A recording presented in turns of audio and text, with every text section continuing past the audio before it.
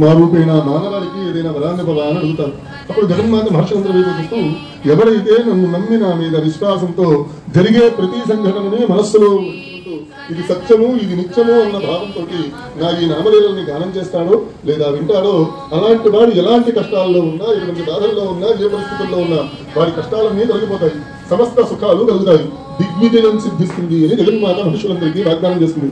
అప్పుడు మహర్షులందరూ అమ్మగారిని వెళ్ళి ఇలా అడుగుతారు, అమ్మ ఈ మీ నామలీలని మేము ఎప్పుడు గానం చెయ్యాలి అని అడుగుతారు. అప్పుడు జగన్మాత మీకు ఏ సమయంలో ఈ నామలీలని గానం చెయ్యాలనే సంకల్పం కలుగుతుందో ఆ రోజే ఆ సమయంలోనే ఈ నామలీలని గానం చేయొచ్చు.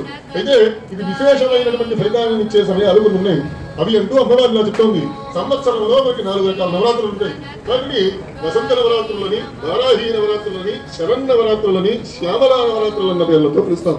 ఈ 4 నవరాత్రుల్లో ఏ నవరాత్రులలో చేసినా ఉత్తమోత్తమైన ఫలితం కలుగుతుంది. ఇది కాకుండా